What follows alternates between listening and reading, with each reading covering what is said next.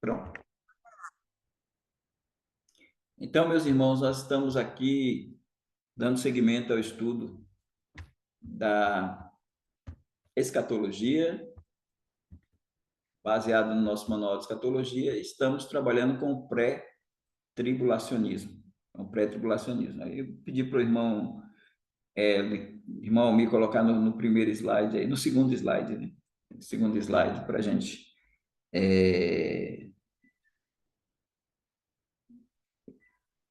O anterior, né? E aí estamos trazendo algumas razões por que nós somos pré-tribulacionistas, né? Algumas razões que nos identificam com o pré-tribulacionismo.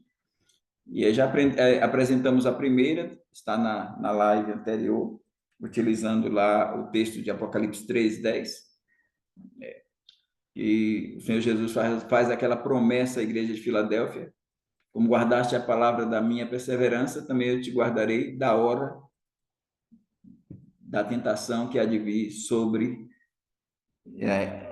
os habitantes da terra, irá experimentar os que habitam sobre a terra. A segunda razão, irmãos, é esta aí. Em nenhum lugar do Novo Testamento é dito que a igreja tem que passar pela tribulação e grande tribulação.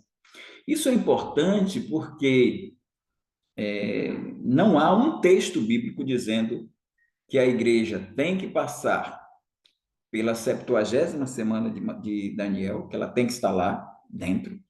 Não tem nenhum texto bíblico que diz que a igreja vai passar pelo dia do Senhor, e o dia do Senhor, ele abrange os 7 anos de tribulação. E não tem nenhum texto bíblico que diga que a igreja estará passando pela pelo princípio de dores e pela grande tribulação, que é esse período de Daniel. Os pós-tribulacionistas, os pré-ira e os midi-tribulacionistas poderiam dizer que não tem em nenhum lugar é dito que a igreja não passará, né? Eles poderiam dizer isso. Mas só que nós já estamos começando a mostrar. Apocalipse 3:10 é um dos textos que diz que a igreja vai ser guardada da hora. E a preposição é que já aponta ali um texto bíblico dizendo: a igreja não vai passar. E aí eles vão fazer aquele malabarismo exegético para poder tentar dizer que não é assim e tal, mas os textos estão claros. E nós vamos apresentar aqui 17 razões pelas quais a igreja não vai passar pela tribulação, e vamos ver se os textos bíblicos dizem ou não. Né? E aí nós colocamos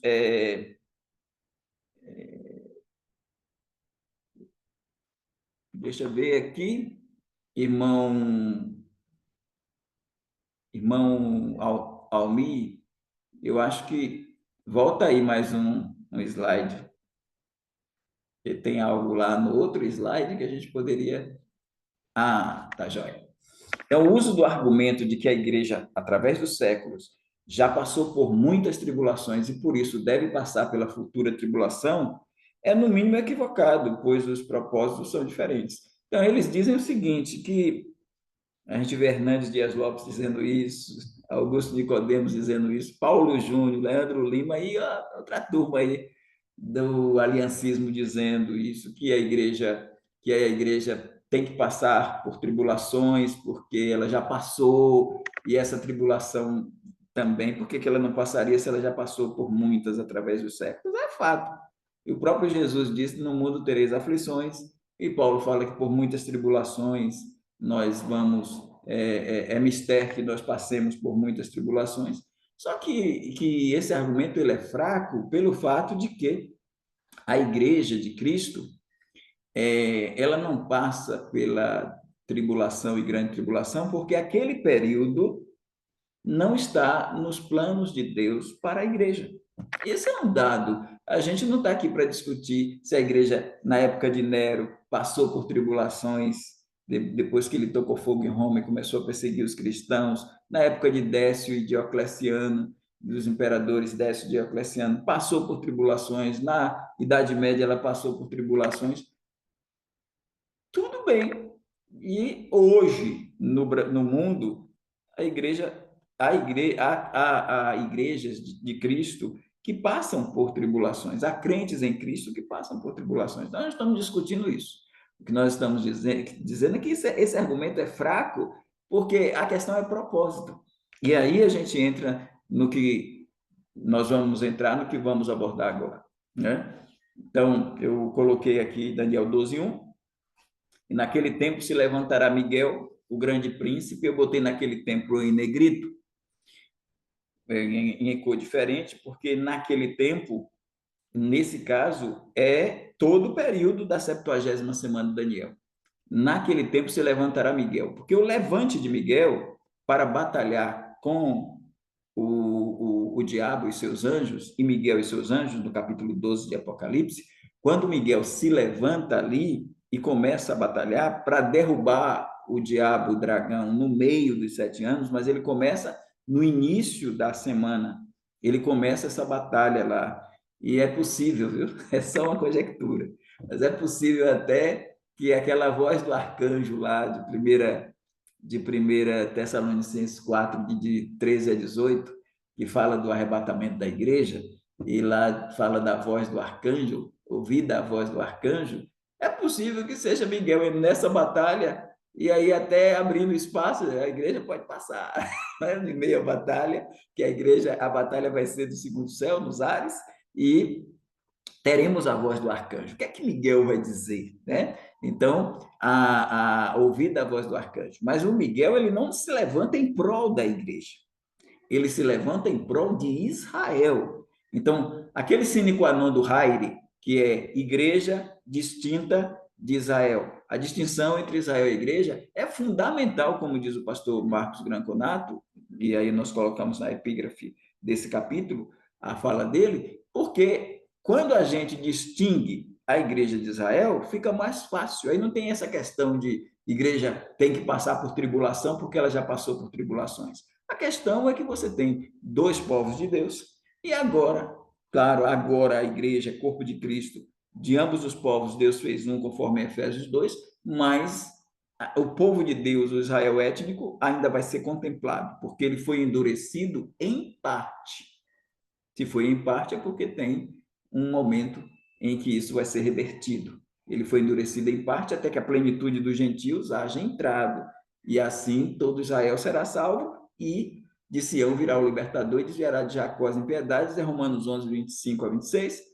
E dentro desse contexto, o tempo, aquele tempo em que Miguel se levanta, esse texto todo do verso 1 está abrangendo, na minha visão, o período todo dos 7 anos, só que com uma diferença. Naquele tempo, se levantará Miguel é nesse embate do início do período, mas o texto como um todo, ele está focado na grande tribulação, que é a parte final, os 42 meses. Eu divido não sou eu que divido, é Jesus lá, né? Ele dividiu no sermão escatológico o período em princípio de dores, Mateus 24:8, e grande tribulação, Mateus 24, a partir do versículo 15. Então, todo o período a gente pode chamar de tribulação, mas a grande tribulação é o período de 42 meses, ou 1.260 dias, ou um tempo, dois tempos e metade de um tempo, aqui nessa parte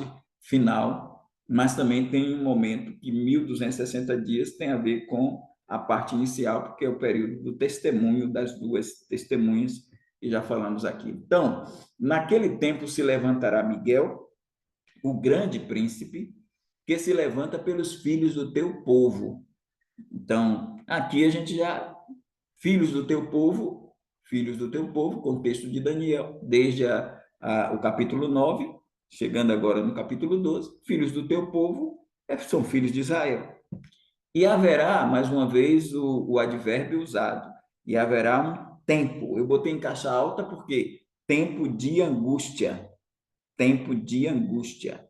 Que tempo de angústia é esse? Os 3 anos e meio finais, a grande tribulação. Então, naquele tempo, a gente pega o todo, E tempo de angústia, a gente pega os 3 anos e meio finais, porque Jesus falou sobre ele jogando lá na divisão da semana, porque o príncipe vai fazer o pacto com Israel por uma semana, 9:27 de Daniel, e na metade da semana é que ele vai cessar os sacrifícios lá dos judeus. E Jesus chamou esse período, claro que ele chamou baseado em Daniel 12 e versículo 1, nesse versículo, Jesus disse, chamou o período de grande tribulação um tempo que nunca houve na terra. Então, aqui, baseado nessa fala, haverá um tempo de angústia, qual nunca houve desde que houve nação até aquele tempo. Mas naquele tempo livrar-se-á o teu povo, mais uma vez, teu povo, Israel. E aí, todo aquele que se achar escrito no livro, não é para fazer aquela abrangência que Márcio colocou, né? Não, todo aquele que se achar escrito do livro, no livro, do teu povo. Aí seria, Zacarias diz que seriam um terço, porque 2 terços vão se perder. Então, Zacarias já abriu o leque logo, porque vai ser um período também, a tribulação é também um período de juízo para Israel, quando Deus é purificando a nação, passando a nação pelo fogo, e aí desse grupo aí, 2 partes, Zacarias diz, 2 partes, a ideia é 2 partes vão abraçar, porque o Israel todo abraça o anticristo no início, faz o pacto, mas aí, no meio da semana, Israel rompe com o pacto, acredito que já é fruto da conscientização das 2 testemunhas, provavelmente Elias e Moisés. Eles estão conscientizando, aí eles vão fazer o que? Esse um terço sai, não vai querer conta com o anticristo, e os 2 terços continuam seguindo com o anticristo. Então, é esse um terço que é essa parte que está escrita no livro, todo aquele que se achar escrito no livro. Aí a gente faz uma junção com, é o mesmo assunto, Daniel 12:1, com Jeremias 30, de 6 a 7. Então, Jeremias 30, de 6 a 7 diz, perguntai, pois, e vede se um homem tem dores de parto. Aí são as dores, né? Que alguns acham que estamos no princípio de dores, mas não estamos, não. Porque aquelas dores são as dores de parto de Israel. Igreja é noiva imaculada, incontaminada, é virgem pura, ela não tem gravidez. Quem está grávida é a mulher. Está lá em Apocalipse 12, versículo 3, que a mulher estava grávida e com ânsias para dar à luz. Então, são essas dores de parto. E porque, pois, veja cada homem com as mãos sobre os lombos, como a que está dando à luz. E por que se tem tornado macilentos todos os rostos? Aí vem um dado que a gente destaca. Porque aquele dia é tão grande que não houve outro semelhante. Aquele dia são os 1260 dias. Aquele dia é o período da grande tribulação. Veja que é colocado aqui, aquele dia é tão grande que não houve outro semelhante. Isso se casa com o que você vê em Daniel aqui. Tempo de angústia, qual nunca houve desde que houve nação até aquele tempo. E aqui você lê, aquele dia é tão grande que não houve outro semelhante. Aí ele diz agora, que tempo é esse? É o tempo de angústia. Veja a diferença, aí tem um complemento que Daniel não dá. Daniel coloca lá, haverá um tempo de angústia, mas Jeremias chama o tempo de angústia para Jacó. Então, quando você lê tempo de angústia para o Jacó, é o mesmo tempo de angústia de cima, que Jesus disse que é aquele período da grande tribulação, quando o abominável da desolação de que falou o profeta Daniel está no lugar santo. Então, esse período, esses 42 meses finais, é que é o tempo de angústia para Jacó, é que é esse tempo que nunca houve. Então, aqui a gente já tira a igreja. Né? Aqui a gente já vê. Tempo de angústia para quem? Para Jacó, a igreja está fora. Porque a igreja foi arrebatada antes. Então, a igreja não pode passar pela tribulação e pela grande tribulação, porque o período abrange Deus tratando com Israel. Pode passar para outro slide, irmão Almi. E aí é Zacarias que vai falar essa parte que eu falei, né? Só um terço de Israel salvo. E acontecerá em toda a terra, diz o Senhor, que as duas partes dela serão extirpadas, mas a terceira parte restará nela. Aí ele está falando desse um terço. E farei passar essa terceira parte pelo fogo, e a purificarei como se purifica a prata, e a provarei como se prova o ouro. Ela invocará o meu nome, eu a ouvirei e direi: é meu povo.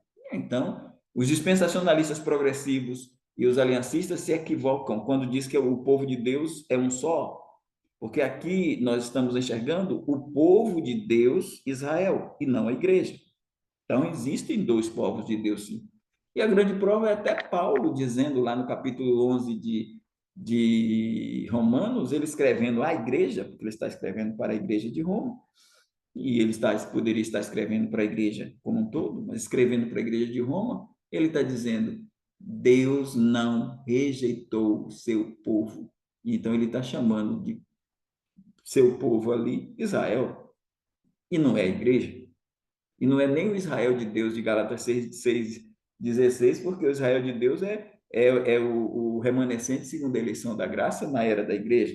Então, ele está falando de um povo étnico que Deus vai trabalhar com ele. Então, quando Deus diz assim, é meu povo, e ela dirá, o Senhor é meu Deus, ele está trabalhando um trato com o povo étnico de Deus no período tribulacional. E aí vem o Zacarias 14, de 2 a 3, agora o próximo capítulo, porque ajuntarei todas as nações para a peleja contra Jerusalém. E a cidade será tomada, e as casas saqueadas, e as mulheres forçadas, e metade da cidade sairá para o cativeiro, mas o resto do povo não será expulso da cidade. E o Senhor sairá e pelejará contra essas nações. Aí, a batalha do Armagedon, que em Apocalipse está no capítulo 14, no capítulo 16 e no capítulo 19. Então, essa batalha que Zacarias retrata aí. E ele diz: mas o resto do povo de Israel, não será expulso da cidade. E o Senhor sairá a pelejar contra essas nações, como pelejou no dia da batalha. E aí o Senhor Jesus entra, e nós chegamos ao Novo Testamento. Ele vai dizer: porque haverá então grande tribulação, como nunca houve desde o princípio do mundo até agora, nem tampouco haverá jamais. Ele está citando Daniel 12, porque Jesus não trouxe o sermão escatológico da cabeça dele. A base didática para o sermão escatológico é Daniel 9 e Daniel 12. E aqui Jesus está citando Daniel 12, 1. Né? Haverá então grande tribulação, como nunca houve desde o princípio do mundo até agora, nem tampouco haverá jamais. E ele fala desse período que Daniel cita em capítulo 12. Mas olha, o versículo de número 21, capítulo 21, verso 23 e 24, ele diz: mas ai das grávidas e das que criarem naqueles dias, porque haverá grande tribulação, mais uma vez ele cita grande tribulação na terra e ira sobre este povo. Aí ficou bem claro, sobre este povo, o povo de Israel. Nada a ver com a igreja. Ele não está colocando a igreja na tribulação. Né? Os indivíduos, os pós-tribulacionistas, gostam de dizer: ah, mas ele falou em eleito. Eleito tem que ser igreja? Escolhido tem que ser igreja, porque está lá, os dias serão abreviados por causa dos escolhidos, senão nenhuma carne se salvaria. Os escolhidos ali são os eleitos do período tribulacional, judeus convertidos e gentios também convertidos. E aí ele diz: cairão ao fio da espada, para todas as nações serão levados cativos, e Jerusalém será pisada pelos gentios até que os tempos dos gentios se completem. Tempo dos gentios aí, tempos dos gentios é o período em que os gentios fica, tempo dos gentios a gente tem uma visão bem abrangente. Para nós, tempo dos gentios aí, a completação é uma coisa e o início desse tempo dos gentios é outra. Tempo dos gentios, a gente vai para a batalha de Carquemes, 605 a.C., com Daniel, Misael, Ananias e Azarias sendo levados cativos naquela batalha em 605, até que chega o período do exílio, que é 586, quando o Zedequias desmoralizado, né?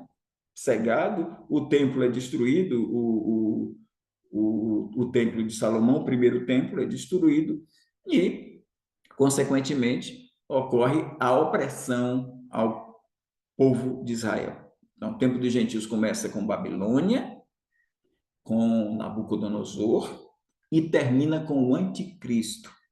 Começa com Nabucodonosor e termina com o anticristo. Passa pelos 4 impérios, que Daniel vê como 4 bestas, são aquelas bestas lá do capítulo 7 de Daniel. A gente tem lá o urso, o leão, a gente tem o leopardo e o monstro indescritível, a besta indescritível, que seria o Império Romano. Então, o Império Babilônico, o Império Grego, o Império Medo-Persa, o Império Grego e o Império Romano. E esses 4 animais aparecem no capítulo 13. A besta que ali era semelhante a um urso, a um leão e a um leopardo. Então, seria como que a estátua do capítulo 2 de Daniel, que Nabucodonosor teve um sonho, ela se refazendo, aquela estátua se refazendo para a pedra, sem auxílio de mãos, bater nos dedos da estátua, nos 10 dedos, nos pés, e esmiuçar para que o reino milenar venha, e aquela pedra se faz o reino que é Cristo. E os judeus tropeçaram na pedra, porque na primeira vinda a pedra veio edificar a igreja e não esmiuçar a estátua, porque a estátua estava sem pés.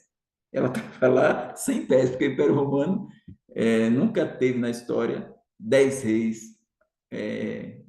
vinculados ao imperador romano. Só vai ser isso para futuro, no reinado do anticristo. Aí a pedra sem auxílio de mãos, agora com a estátua, os pés encaixados, 10 dedos dos pés, são os 10 chifres da besta, aí encaixa, aí a pedra vem, esmiuça, e aí ocorre essa questão. E aí, quando Jesus fala Jerusalém será pisada pelos gentios até que os tempos dos gentios se completem, a gente vai para Apocalipse 11, e lá em Apocalipse 11 é dito, a gente pode ler agora, o versículo de número 2, que casa direitinho com isso que Jesus Cristo falou. Então, quando você abre Apocalipse capítulo 11 e você lê o versículo de número 2, diz assim a João, alguém diz a João: deixa o átrio que está fora do templo e não meças, porque foi dado às nações ou aos gentios, e pisarão a cidade santa por 42 meses, que são os 3 anos e meio. Então, Jesus não deu o tempo, mas João deu o tempo. Então, quando Jesus diz: cairão ao fio da espada, para todas as nações serão levados cativos, e Jerusalém será pisada pelos gentios, até que o tempo dos gentios se completem, lá é dito que Jerusalém, a cidade santa, vai ser pisada pelos gentios e por 42 meses, que é o tempo, os 3 anos e meio finais. Os 3 anos e meio finais contemplam esse tempo dos gentios que vai de Nabucodonosor ao anticristo, culminando com Jesus Cristo derrotando esse anticristo na batalha do Armagedon e jogando tanto a besta, falso profeta, a besta da terra, quanto a besta do mar, o anticristo, no lago de fogo, lançando-os vivos, cumprindo Isaías 11, versículo 4, pelo sopro dos teus lábios matarás o ímpio, que Paulo cita isso em 2 Tessalonicenses, capítulo 2.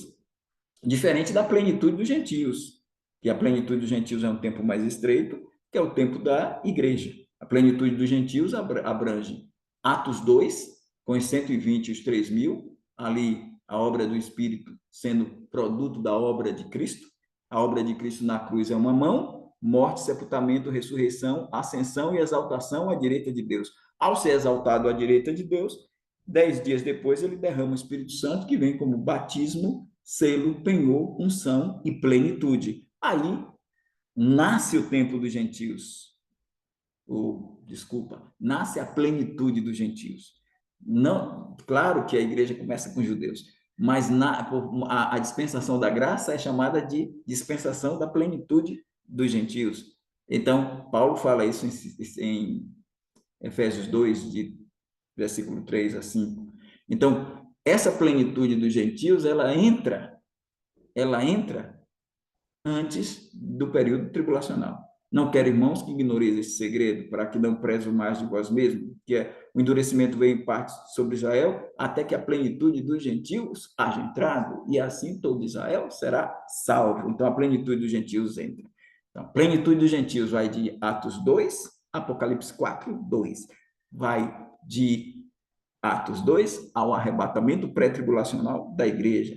tempo dos gentios vai antes, 605 a.C., então do Nabucodonosor até Apocalipse 19, quando o anticristo vai ser derrotado. O cavaleiro do cavalo branco do capítulo 6 é derrotado pelo cavaleiro do cavalo branco do capítulo 19. Segue, Raul. Pronto. Aí é que é um segundo argumento. Mas eu não posso entrar no segundo argumento sem que vocês abram a tela e, se alguém tiver alguma pergunta, a gente pisa o pé no freio e segue adiante. É com o irmão Elias agora. O Valdemar não tá. Mas o primo está aí para. Então, o primo tem a primeira pergunta de hoje. Vamos lá. Primo. Depois o Daniel. Eu queria voltar só naquele, pastor Evaldo, naquele versículo que o irmão citou de Daniel 12:1, finalzinho lá. Então, o livro ali não é o livro da vida, porque nós temos alguns livros, né, que aparecem aí nas Escrituras, né? Então, esse livro que está sendo mencionado ali não é o livro da vida. Essa é a minha dúvida aí. Tem uma parte no. É uma nota de rodapé, né? Que fala sobre o livro, os livros, porque no juízo final serão abertos os livros, né? Aí nós temos no juízo final, né? A gente tem, assim, quando a gente fala dos livros, né? Vamos pensar no Apocalipse, né? Então, a gente tem capítulo 4, capítulo 5, aquele livro na mão direita do que está assentado sobre o trono, aquele livro ali é o livro da herança, né? O testador é Cristo. Por isso que ele é o único digno de abrir aquele livro. Então, aquele livro da herança, ele tem 7 selos, ele tem 7 selos, 7 trombetas, 7 taças que são ainda, vamos dizer, ainda estão precedendo a abertura do livro. Depois da última taça, está feito do capítulo 16, aí eu digo que ele é o livro da herança, e essa herança, porque nós somos herdeiros de Deus e co-herdeiros de Cristo, essa herança ela é dada a partir do capítulo 20, milênio, e vai para o estado eterno, 21 e 22. Aí é o livro da herança. Capítulo 10 de Apocalipse, a gente tem um livro o próprio Apocalipse, o livrinho que João come, né? Como? E ele porta que ele profetiza. É o próprio complemento, é o livro do Apocalipse. E aí a gente tem no capítulo 20, a gente tem no capítulo 13, no capítulo 17, nós temos eu divido assim, irmãos, eu vejo assim. Para mim, existe o livro da vida e o livro da vida do Cordeiro. Existe o livro da vida e o livro da vida do Cordeiro. O livro da vida pode ser chamado também de livro dos vivos. Nesse livro tem o nome de todas as pessoas que vêm ao mundo, crentes e não crentes. O livro da vida, só o livro da vida. Ele tem o nome de todas as pessoas, crentes e não crentes. Nasceu, é como a gente não tem o nosso livro no registro de vida, e depois não vai o livro para o óbito, para o cômputo do cemitério. Então, tem o livro de óbitos e tem o livro de. A pessoa nasceu registrado no cartório. Então, por que eu digo que esse livro dos vivos, ele não é. Ele é o livro da vida, mas um livro da vida biológica, vamos colocar assim. Quando a gente nota, por exemplo, nesse livro pode haver um risco, no livro da vida, pode haver um risco. Então, quando você pega, por exemplo, Apocalipse, no capítulo 3, versículo 5, diz assim: o que vencer será vestido de vestes brancas, e de maneira nenhuma arriscarei o seu nome do livro da vida, e confessarei o seu nome diante de meu Pai e diante dos seus anjos. Ora, pela lógica aqui, o que vencer é aquele que crê. Mas você não pode não enxergar aqui o que perder. Se ele está dizendo o que vencer será vestido de vestes brancas e de maneira nenhuma riscarei o seu nome do livro da vida, quer dizer que se ele perder, vai ser riscado. O perdedor vai ser riscado. Aí você vai para Êxodo 32. E lá em Êxodo 32, Moisés, depois do problema da idolatria lá e do bezerro de ouro, lá no Êxodo 32, e aí, lá no finalzinho, quando Moisés intercede pelo povo, ele vai dizer no verso 32: agora, pois, perdoa o seu pecado, senão risca-me, peço-te, do teu livro que tens escrito. Então disse o Senhor a Moisés: aquele que pecar contra mim, a este riscarei eu do meu livro. Então Deus está dizendo que vai riscar o que pecar contra o pecador, o ímpio, vai ser riscado do livro dele. E lá Jesus falou do vencedor. Aí tem uma questão que eu queria destacar para os irmãos, né? Porque a gente não crê que crente perde a salvação, né? Então, quando você pega Judas, abra Atos 1 e dê uma olhada aí, em Atos capítulo 1, Pedro está falando sobre Judas e ele está agora trabalhando na eleição que vai dar do apóstolo número 12, né? No lugar do Judas, que entra Matias. E aí, Matias. ele diz no verso, a gente vai colocar, eu não vou entrar na questão da eleição, mas eu vou para o 16. Varões e irmãos, convinha que se cumprisse a escritura, é Pedro que está dizendo, que o Espírito Santo predisse pela boca de Davi acerca de Judas, que foi o guia daqueles que prenderam a Jesus, porque foi contado conosco e alcançou sorte neste ministério. Ora, este adquiriu um campo com o galardão da iniquidade, e precipitando-se, rebentou pelo meio e todas as suas entranhas se derramaram. E aí ele diz, e foi notório a todos os que habitam em Jerusalém. E aí cita aí. Aí ele cita Salmos. Ele cita o Salmo 108 e ele cita o Salmo 69. Aí ele cita aqui, no verso 20, porque no livro dos Salmos está escrito, ele citou 2 salmos aí. Fique deserta a sua habitação e não haja quem nela habite. E tome outro o seu bispado. Eu quero destacar esse tome outro seu bispado, está no 108, mas eu quero ficar aqui com o fique deserta a sua habitação. Né? E aí vamos para o Salmo 69. Ele está citando Judas, ele pegou o Salmo e disse, esse Salmo está falando sobre Judas, mas não é só Judas, é Judas e todos os ímpios, todos os incrédulos, lá além de Judas. E aí quando você abre o Salmo 69, e você dá uma verificada, nesse Salmo 69, e no Salmo 69, lá no verso de número 27, não, 25, no 25, olha, é o texto que Pedro citou. Fique desolado o seu palácio, e não haja quem habite nas suas tendas. O tome outro sobre espada é o outro salmo. Mas eu quero me ater aqui. Fique desolado o seu palácio, e não haja quem habite em suas tendas. Pois aí ele já pluraliza, não está individualizando. Pedro individualizou, mas aqui ele pluraliza. Ele diz, pois perseguem a quem afligistes e conversam sobre aqueles a quem feriste.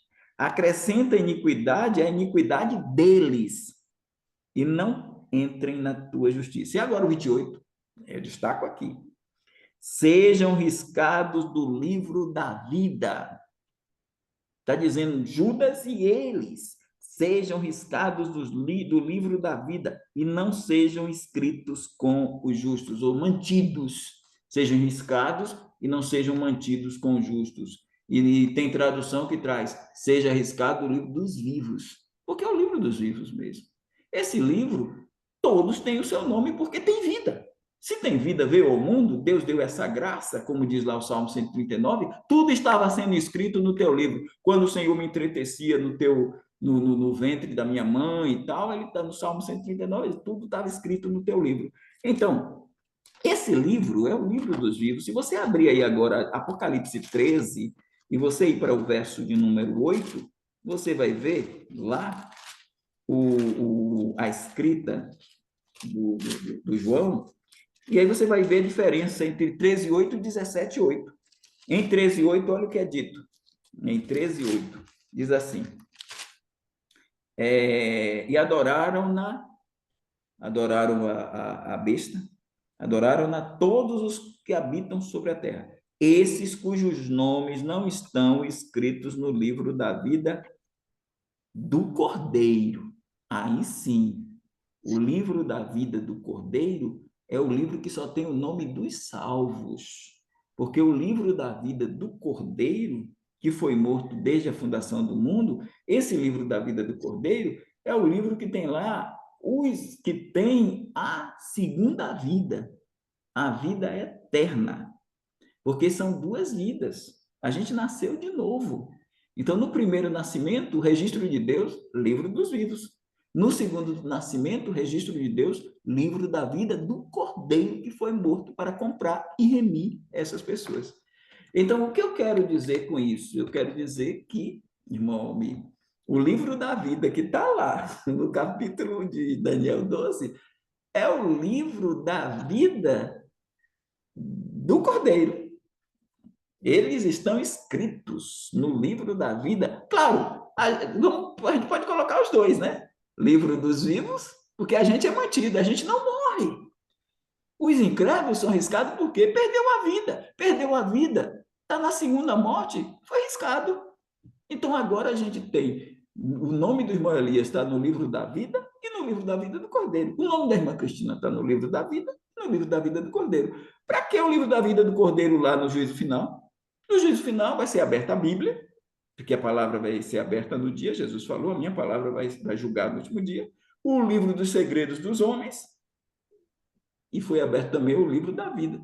E eu acho interessante, eu penso assim, imagine o incrédulo sendo julgado no juízo final, e chega lá e ele olhar e ver que o nome dele foi riscado, porque ele não tem mais vida, ele vai para a segunda morte.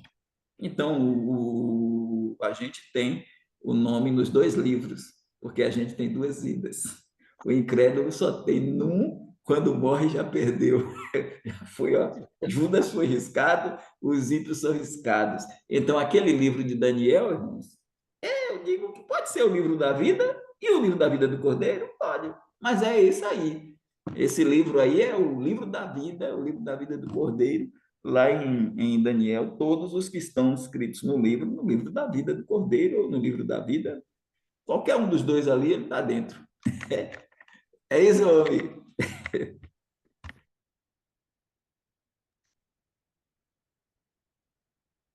Agora, só complementando ainda, né, a questão dos livros, esses livros, eles foram escritos, então, antes da fundação do mundo, né? Ou seja, porque o livro do Cordeiro, ele aparece aqui em Apocalipse, né, como foi lido, mas ele aparece em algum outro, eu procurei aqui, mas não encontrei, em alguma outra passagem das Escrituras, eu procurei e não encontrei aqui. O livro do Cordeiro. Hã? Especificamente, né? Porque aqui, lá em Daniel, ele fala simplesmente achar escrito no livro, né? Ele não especifica, né? É, mas a gente É, deduz, claro que essa linguagem de livro da vida é uma linguagem espiritual, né? A gente diz assim, né?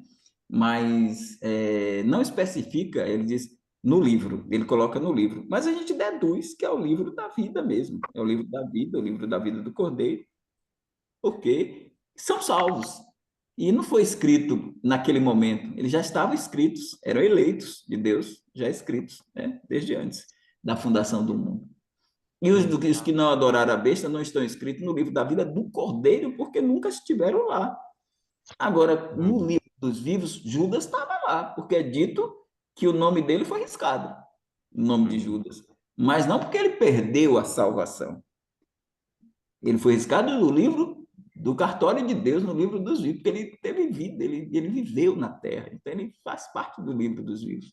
E todos são riscados, porque riscado no livro dos vivos, automaticamente não está no livro da vida do Cordeiro. É isso.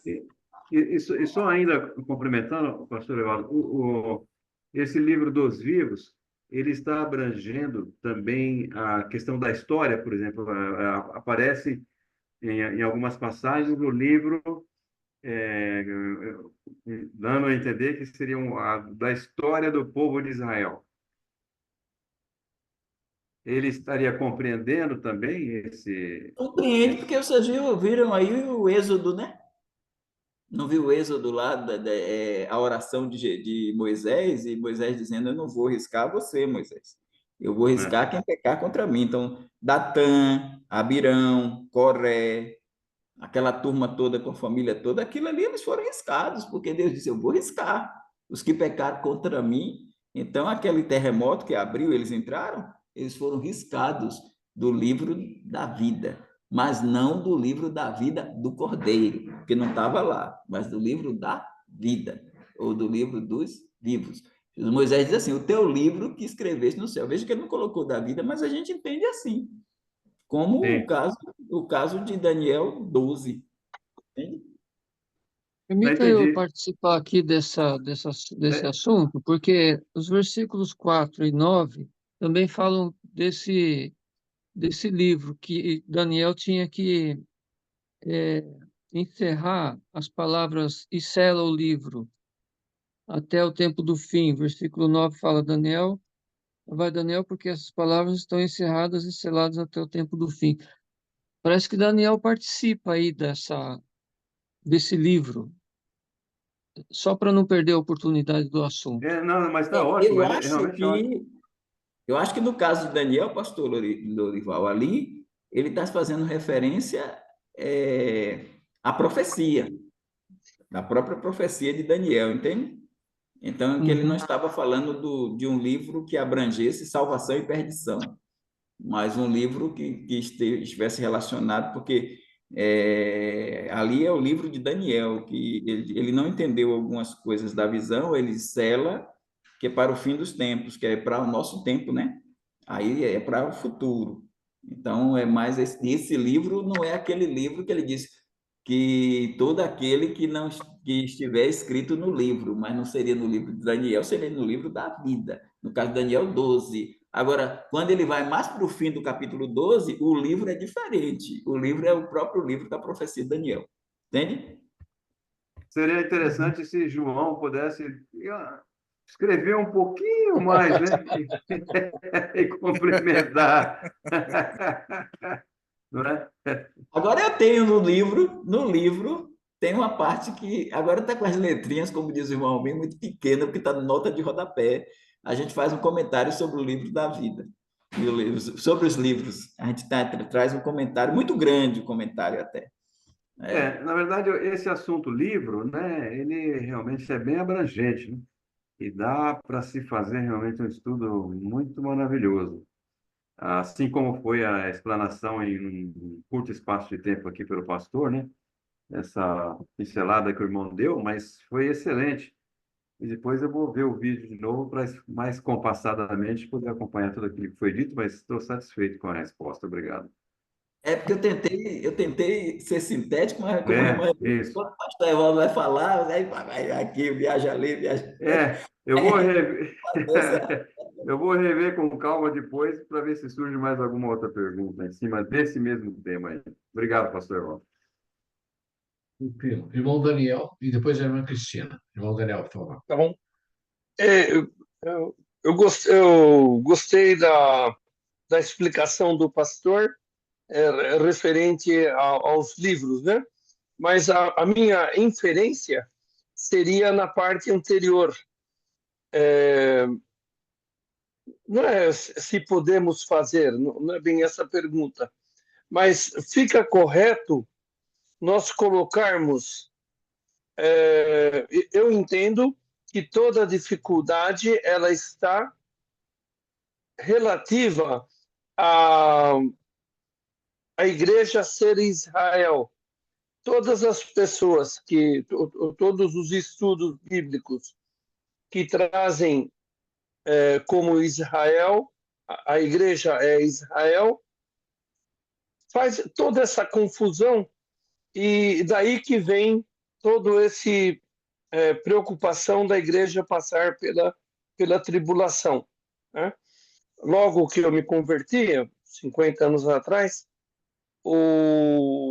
eu perguntei ao meu pastor, o nome dele era Joel, ele falou: fica tranquilo, as coisas vão correndo, correndo, correndo, depois termina. Então, foi uma boa explicação uma boa explicação escatológica, né? Porque para ele a igreja é o Israel de Deus. Então tudo se confunde. Aí, depois, estudando, assim, muitos estudos, eu tenho na minha mente que o Velho Testamento ele vai tratar apenas uma nação. Ele vem de Abraão, e em Abraão serão abençoadas todas as famílias da terra, todas as nações. Mas ali, até a vinda de Jesus, é somente tratando com aquele povo. E essa inferência que eu achava importante de se destacar, que deixou de trabalhar com aquele, deixou não se diz, começa a fazer toda a atividade com a igreja, a evangelização, ganhar o mundo todo para Cristo, e agora, então, volta aquela cena, como diz lá em Romanos capítulo 11, que ele vai dizer que a parte de Israel, ela vai ser, o remanescente será salvo. Então, ali começam outra vez a 70ª semana. Eu entendo dessa forma. Só queria ver com o pastor se posso continuar, fez sentido a minha fala, se essa inferência é válida, né? Esta inferência é muito válida, irmão Daniel. Por quê? É. Esse é o grande X da questão. Esta é a chave hermenêutica. Distinguir Israel da igreja. Se Isso. conseguir distinguir Israel da igreja, por que o pessoal está colocando a igreja na tribulação? Porque essa distinção ou está nublada no dispensacionalismo progressivo, do Darrell Bock, do Robert Salce e do Craig Blazing, ou eles nublam essa distinção e aproximam o dispensacionalismo progressivo do aliancismo, ou do neoaliancismo, ou até do pré-milenismo histórico do George Eldon Led. Ou eles fazem essa aproximação e isso prejudica. Porque quando você tem essa distinção bem clara, bem consistente, tudo se resolve. Porque na hora que você diz que no Antigo Testamento Israel era a igreja e no Novo Testamento a igreja é Israel, você confunde tudo, você não vai ter milênio, porque você vai puxar todas as promessas de Deus dadas a Israel na nova aliança, na aliança abraâmica, na aliança davídica, você vai puxar tudo para o que eles chamam de o Israel espiritual de Deus, o novo Israel, a igreja. E aí, automaticamente, se não tem Israel, vai ter a tribulação, que eles nem creem que é a 70ª semana, vai ter o anticristo. Então, se vai ter, quem são os eleitos? Quem são os salvos? Tem que ser a igreja. Porque eles não vão ter esse trato, esse trabalho. Capítulo 9, 10 e 11, que eles usam muito para trabalhar o calvinismo, se volta contra eles quando eles vão utilizar para defender o amilenismo, porque eles vão ali tropeçar bastante, porque Paulo vai mostrar que Israel foi endurecida em parte. Paulo vai mostrar que os ramos da boa oliveira, eles foram quebrados, mas eles vão ser reenxertados. Então, isso só pode acontecer na tribulação. Isso só pode acontecer dentro da 70ª semana de Daniel. Então, a sua visão é muito correta, porque é isso mesmo. Então, os três sine qua non do dispensacionalismo: interpretação histórico-gramatical consistente, que é Isso. a visão natural da profecia, o cumprimento literal e não alegorizado, alegorizante ou espiritualizado dos aliancistas. A doxologia como o mito da história, ou seja, o fim da história é a glória de Deus, e não a cristologia, a redenção holística do homem. E, por fim, a distinção entre Israel e a igreja. Isso é importantíssimo e nos faz dispensacionalistas. Mas a gente tem que ter isso muito claro para nós e muito consistente. E isso Ok. é que nos faz e nos dá diferença. A gente a gente consegue interpretar muito bem o escatom, porque temos essa visão. E eles ficam se embaraçando, e eles ficam dizendo que as duas testemunhas é a igreja, os 144 mil é a igreja, a mulher é a igreja, do capítulo 12, ou no capítulo 7, aquela multidão incontável de mártires é a igreja. Você pega. O Hernandes é maravilhoso nas outras exposições, mas quando chega na escatologia, a gente lê Apocalipse, eu tenho os comentários dele. Quando a gente pega Apocalipse, eu digo, oh meu Deus, um homem tão inteligente desse e escreve um negócio desse aqui. Não tem lógica nenhuma, né? Mas é isso. Nem todo mundo é Obrigado, perfeito, pastor. né, Marisa? É que tava, o comentário dos livros estava muito interessante. Na hora de eu fazer a pergunta, me embaralhei um pouco. Mas muito obrigado, pastor. Muito bem, muito bem. Pastor Evaldo, eu pensei a mesma coisa quando entreguei o livro para ele. Quem sabe ele se converte com o livro, né, Pastor Evaldo? Irmã Cristina, depois Pastor Dilson e depois o primo. Irmã Cristina. Pastor Evaldo, eu sei que aqui, no trecho que eu vou ler é o trono branco. Eu sei que é o julgamento, a igreja não está, eu sei disso. Mas aí diz assim: e vi os mortos, Apocalipse 20, 12. E vi os mortos, pequenos e grandes, que estavam diante de Deus, e abriram-se os livros, e abriu-se outro livro, que é o da vida. E os mortos foram julgados pelas coisas que estavam escritas nos livros, segundo as suas obras. E aí no versículo 15 do mesmo capítulo diz: e aquele que não foi achado escrito no livro da vida foi lançado no lago de fogo. São 3 livros aí. Eu, pelo menos, eu não sei, a gente não tem condições de dizer quantos são, mas está no plural, isso já é um dado importante, então não é um livro só. Eu, pelo menos, enxergo 3, porque Paulo fala: Deus, segundo o meu evangelho, julgará os segredos dos homens. Então, parece que a gente vai ter o livro dos segredos dos homens, né? É uma possibilidade, é uma conjectura. Mas a gente tem aí o Senhor Jesus Cristo dizendo, no capítulo 12 de João: se alguém não crê na minha palavra, não sou eu que vou julgar.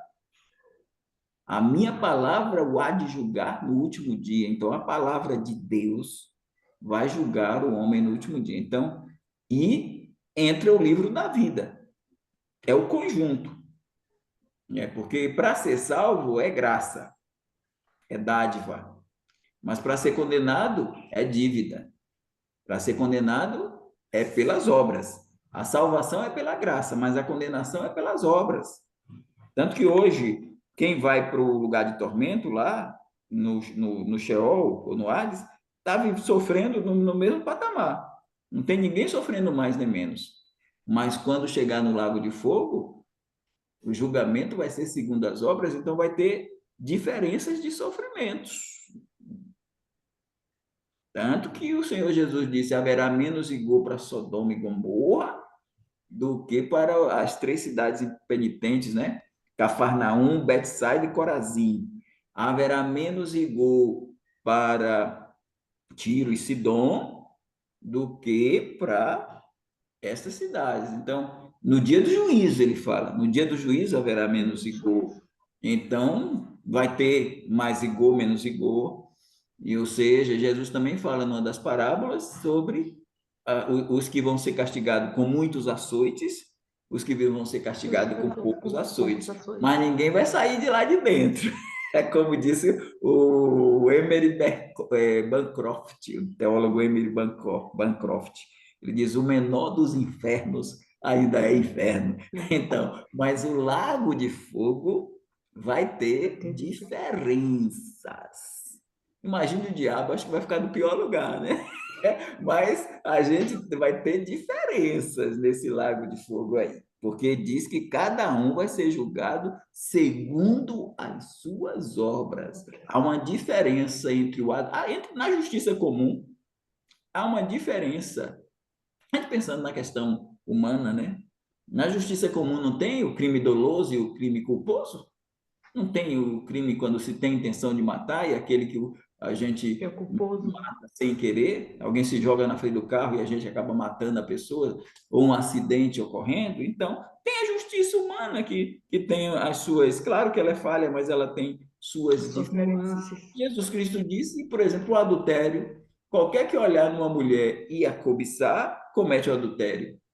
Mas esse adultério por olhar é diferente do adultério por consumar um ato que pode gerar uma criança, que pode ter outras consequências. Então, a gente, a justiça é assim, imagina uma justiça infalível e tão reta como a justiça de Deus para essa condenação. Então, os livros vão ser nessa dimensão.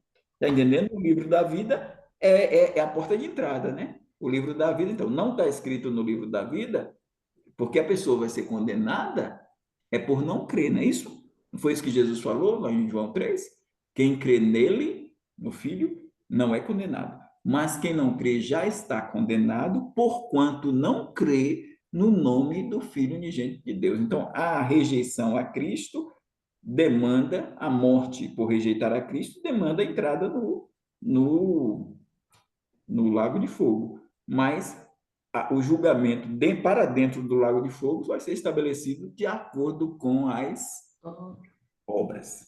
A salvação é de acordo com a graça. Entretanto, também nós, salvos pela graça, vamos ter galardões. E os galardões vão ser de acordo com as nossas obras. A salvação, não, mas os galardões, sim. Então, o irmão Elias produziu ouro, prata e pedras preciosas nas obras dele. O pastor Evaldo produziu feno, madeira e palha. O fogo bateu, minhas obras se queimaram, se evaporaram e a de Elias brilharam. Então, todavia, eu vou ser salvo como que pelo fogo, que Paulo disse, mas eu não vou ter galardão nenhum.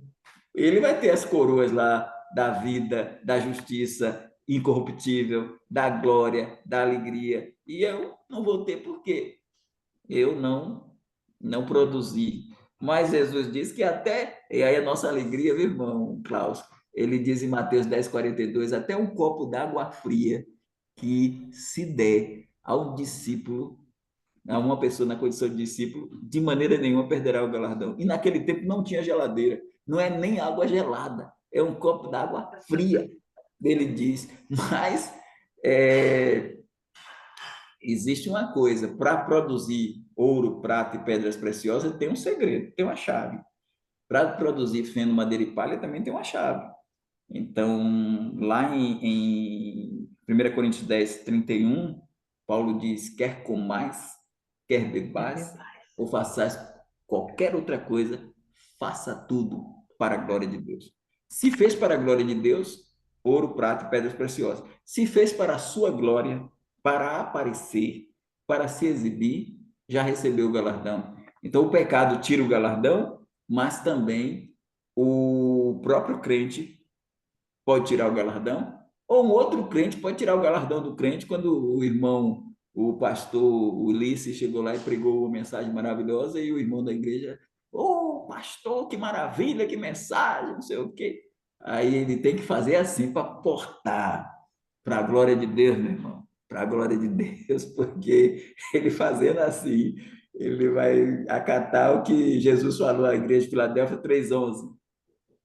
Guarda o que tens, para que ninguém tome a tua coroa. Salvação ninguém toma, mas coroa toma, galardão toma. Aí, lá em João, 2 João, o apóstolo João diz, ele manda a gente preservar nós mesmos, diz, Antes, não percamos o galardão, mas recebamos o inteiro galardão. Não percamos o galardão. Então, a gente pode perder galardão. Alguém pode roubar nosso galardão. Agora, a gente não perde a salvação. Portanto, no bema, 2 Coríntios 5:10, Romanos 14:10, o bema, que vai ser lá em cima, na hora que a gente for arrebatado, aí, os 7 anos, que a gente não diz 7 anos no céu, porque não tem tempo, mas é equivalente aos 7 anos na terra. Lá no bema, nós vamos ter o nosso julgamento.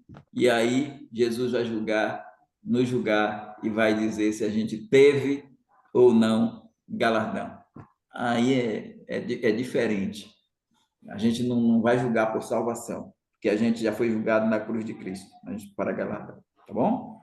Ok, pastor, mas no versículo 15 fala assim: eu sei que são as pessoas que vieram da tribulação, judeus e gentios que vão se converter, que vão estar nesse trono branco, é isso? É isso?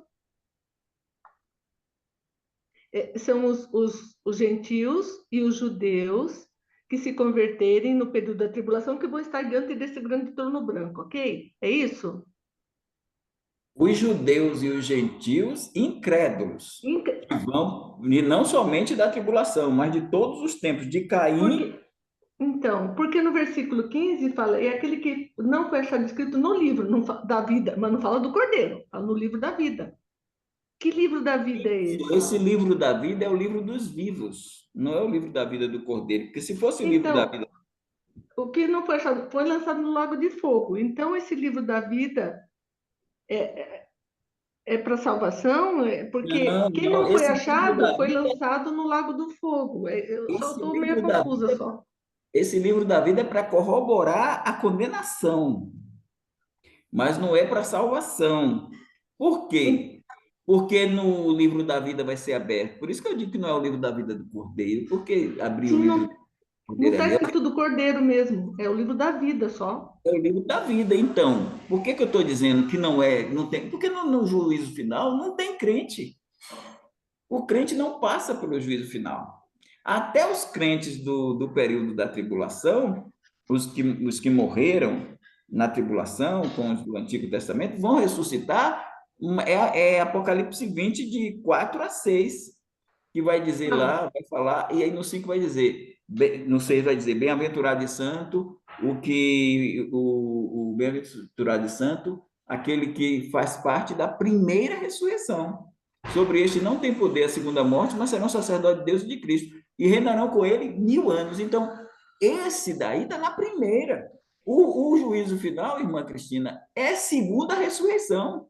Segunda ressurreição é a ressurreição da vergonha eterna. Jesus chamou de ressurreição da condenação. Então, quem vai ressuscitar ali? Os mortos, vai dar os mortos, vai dar o você mar, já vai dar falou, os mortos. você já falou do corpo e do Ali, espírito, de né? 11, É. de 11 a 15, todos aqueles mortos que vão ressuscitar e vão participar do trono branco são os da ressurreição da condenação de João 5:29. Então, esse pessoal todo vai ser condenado. Então, não tem ninguém ali, por exemplo, o livro da vida foi aberto e quem foi achado fica, quem não foi achado, não. Quem não foi achado escrito vai ser condenado porque não vai ser achado escrito. Então, a gente não tem um juízo final que tenha crentes e descrentes sendo julgados. Então, os gentios no milênio, por exemplo, no milênio, os crentes que nascerem no milênio, as pessoas que nascerem no milênio se converterem, se for incrédulo, morre se for morrer, morre com 100 anos. E o que morrer é incrédulo. O crente, a pessoa que se converter no milênio, ela não morre, porque ela não pode participar, não tem mais ressurreição. Para o milênio, só tem ressurreição a segunda, porque a primeira já passou em 3 fases. A igreja na primeira parte, tribulação, as 2 testemunhas e os crentes do Velho Testamento e os crentes da tribulação. Primeira parte, primeira ressurreição. Então, no milênio, no final do milênio, só vai quem morrer é incrédulo. E os vivos, pastor? Os vivos não vão passar pela morte. Os vivos vão receber a transformação final. Porque tem uma transformação parcial para entrar no milênio, só crente. E esses crentes vão gerar filhos, e os crentes que se converterem com esses crentes vão estar numa dimensão de transformação parcial. Então, na hora que terminar o milênio, esse povo vai saltar para o estado eterno, para a nova terra, estou falando de salvo, com a transformação final. Então, assim como agora, no arrebatamento, a gente tem mortos em Cristo ressuscitando e vivos sendo transformados pela glorificação, mortais sendo revestidos da imortalidade e corruptíveis sendo revestidos da incorruptibilidade, mas você tem, irmão Almi, a gente tem duas situações: mortos ressuscitados, vivos transformados. Mas no final do milênio não tem duas situações. Só vai ter uma das duas que aconteceu lá na igreja, na hora do arrebatamento. Qual é a situação? Não é ressurreição, é transformação, é glorificação, que é a transformação final, porque os crentes do milênio, os que entraram vivos e os que nascerem e se converterem, eles não podem morrer, porque se eles morrerem, eles vão para a segunda ressurreição. E Jesus já disse que a segunda ressurreição é a da condenação. Isaías diz que é a da vergonha. Então não é ressurreição para salvo. Então, salvo, os que viverem no milênio, os salvos, eles ainda estão sujeitos à morte. Todos eles são mortais, apesar de entrar no milênio, são mortais. Eles vão ser revestidos da imortalidade lá no final. Entende? Ô, pastor Evaldo, É um assunto. vamos deixar a irmã Cristina, pastor Evaldo, vamos deixar a irmã Cristina fazer a pergunta de novo, porque eu acho que eu compreendi de outra forma a pergunta dela, e talvez com toda a sua explicação. O senhor pode explicar melhor? Isso, O senhor mas pode vamos ouvir. dar a pergunta dela, se ela Isso. concordar, ela vai dizer melhor. Isso. Ok, Vamos lá, vai lá, Cristina. é o seguinte: e aquele que não foi achado escrito no livro da vida, se só tem incrédulos, aquele que não foi achado escrito no livro foi lançado num lago de fogo. E quem foi achado no livro da vida? Eu não estou entendendo. Desculpa, Isso. Então eu não vamos estou lá, entendendo. o pastor Não Evaldo. foi achado escrito no livro da vida, foi lançado no lago de fogo. Mas nesse campo, dentro do juízo final, não existe o que foi achado. Por quê? Porque no juízo final só terão comparecido lá réus condenados. Por Então, que ou o que seja, não foi achado? Por que o que não foi achado? Porque o livro da vida vai estar lá com ele riscado. Nesse Ok. isso, vamos ver se ela compreendeu, pastor. Certinho, Cristina? Até que enfim entrou na caixona. Meu Deus do céu! Não, mas Senhor do céu! Então, Agora eu ou seja, entendi. Não entendeu? foi Então, achado, por isso está lá. Não é que não. Vou procurar se seu nome está aqui. Não, não está. Já, é incrédulo, já foi. É isso. ou seja, pastor Evaldo, vê se eu estou certo. Juízo final, descrente de todas as eras, descrentes de todas as eras vão estar perante Deus. E Deus, para confirmar a palavra dele, que ele já vem falando desde lá de Gênesis, né? Vai mostrar os livros para aqueles descrentes e vai falar: ó, vocês realmente não estão aqui. Ou, quer dizer, o nome de vocês foi riscado do livro da vida porque vocês morreram sem Cristo. Tá certo, pastor? Certíssimo. E é por isso que eu fiz a distinção de livro da vida e livro da vida do Cordeiro, para a gente entender bem isso. Mas com certeza tem um somatório. Livro dos segredos do homem, mais a própria palavra de Deus, que ela não passa, passarão os céus e a terra, mas a minha palavra não vai passar, e ela vai julgar no último dia, é a O palavra, livro da vida. junto com a palavra e o livro da vida. Esse conjunto vai ratificar o que o pastor Ulisses colocou, ratificar a condenação dos ímpios. Tá E eu já entendendo? não sei falar Lembra nada que que o não senhor falou só- agora aqui, pastor. Você desculpa a E aí, minha. só uma coisa para a gente não esquecer. Jesus falou: quem crê nele não é julgado, mas quem não crê já está julgado. Ele está falando do juízo final. O que não crê vai para o juízo final. O que crê se escapa do juízo final. Então, quem crê nele não é julgado ou condenado. mas quem não crê já está. Então, se não é julgado, é porque esse crente já passou por outro juízo, que foi o julgamento da cruz. E Amém. Jesus o substituiu nesse julgamento. Amém. Obrigado, Maravilha, pastor. certinho, Obrigado pela irmã Cristina. paciência, viu? É, Obrigado pela paciência. Lembra que o ainda. versículo 12 fala dos outros livros, não tem só o livro da vida aberto aqui, né? Ela mesmo Então, leu esse versículo 12. Obrigado pela Então tem paciência. diversos livros abertos. Não então, confunde, não, pastor! então eu ia também perguntar se, pelo fato de se mencionar, se abriu outro livro, quando ele menciona em cima, abriram-se os livros, o plural, não daria um entendimento de volume? Ou seja, é um livro com volumes, pelo fato de que abriu-se um outro livro, ou seja, seriam apenas dois, sendo que os livros em cima seria volume, ou seja, está tratando da mesmo tema, sei lá.